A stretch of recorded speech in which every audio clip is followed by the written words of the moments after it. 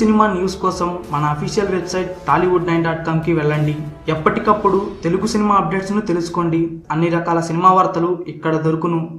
Video మీకు నచ్చితే like చేయండి, అందరికీ షేర్ చేయండి, కానీ సబ్స్క్రైబ్ చేయడం మాత్రం మర్చిపోకండి.